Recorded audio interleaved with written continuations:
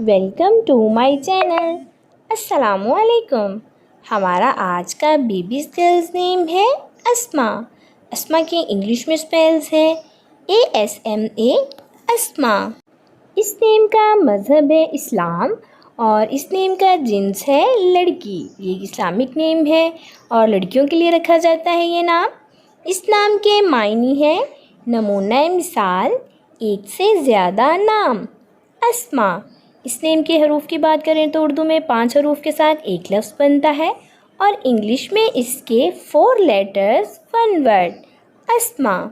इस नेम की तफसील है अस्मा अली, अस्मा अहमद। इस तरह से हम ये नाम रख सकते हैं। आप भी अपने नाम का मायने जानने के लिए कमेंट्स में अपना नाम लिखें और मायने जानिए। एंड अपने नाम की स्पेशल वीडियो बनवाने के लिए भी आप मेरे कमेंट बॉक्स में अपना नाम कमेंट कर सकते हैं। And please like the video, subscribe my channel and share with friends. Okay dears, फिर मिलेंगे न्यू नेम न्यू वीडियो के साथ। अपना ख्याल रखिएगा, दुआओं में याद रखिएगा। अल्लाह हाफिज़।